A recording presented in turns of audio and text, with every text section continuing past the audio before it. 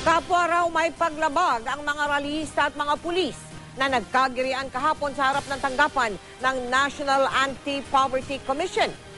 Yan ang pahayag ng Commission on Human Rights matapos mapanood ang pagkuyog ng mga militante sa isang pulis at ang pagdadala naman ng isang pulis ng M60 na baril. Nakatutok si John Consulta. Nagkagirian ng mga militante at pulis nang sumugod ang mga rallyista sa tanggapan ng National Anti-Poverty Commission o NAPC.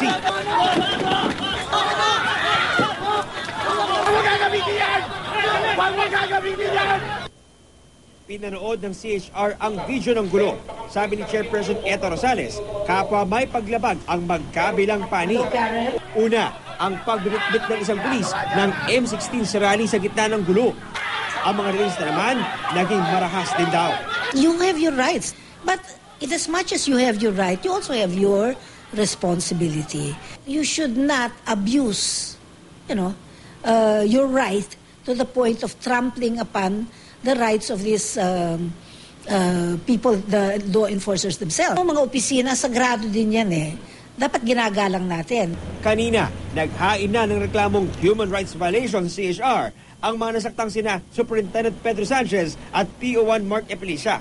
Pero giit ng Coco Levy Fund ibalik sa amin o claim, ang grupong sumugod, dumepensa lang sila sa pananakit daw ng mga pulis. Sumugod daw sila sa NAPC dahil nagagamit daw ang Coco Levy Fund sa kampanya ng Akbayan Party List kung saan dating kabilang si NAPC Secretary Joel Rocamora. Si Joel Rocamora at ang NAPC ay walang karapatang gamitin ng Coco Levy. Lalo na gamitin para sa election purposes ng kanilang partido. Itinanggi ito ni Rocamora. Ang paggamit ng pera ng isang ahensya ng gobyerno para sa partisan political purposes. In this case, para suportahan ang akbayan at ang kandidatura ni Risa Hontiveros ay illegal. Hindi po namin gagawin yan.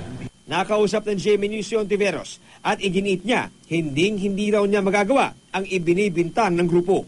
Ang Malacanang, dinepensahan si Rocamora. Hindi naman po si Secretary Rocamora yung may control doon sa Coco Levy Funds. Meron po marami po tayong mga miyembro ng gabineteng nakaupo po doon sa Presidential Task Force on the Coco Levy Fund.